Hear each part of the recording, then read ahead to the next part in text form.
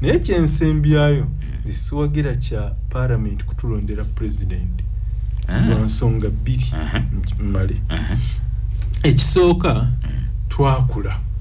tulabye complication ezaaliwo luli okimanyi nti Ben Kiwanuka oba DPA yasinze obululu obungi mu 628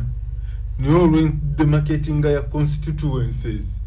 Obote n'abanga yawangula olwoga nti kino ekizaabaka abangi kivaamu omukulembeza tubadde juzi mu America Clinton n'awangula akalulu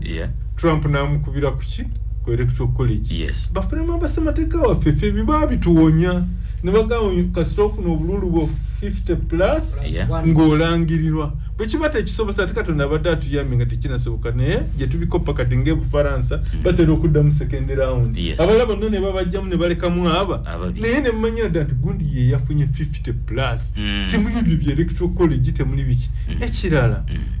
mu 21 yali minister wa security Mululi Mukasa yatebulinga mu parliament amawanga 3 nga gali hostile gituli nga abesibyo bate balina kujjayo buyambi Rwanda Congo ne Sudan ninjagala nkubulire Rwanda yawagira Besigye ssente Rwanda ziyawa Besigye zayisibwa n'ono Masaka mu basi ya gasa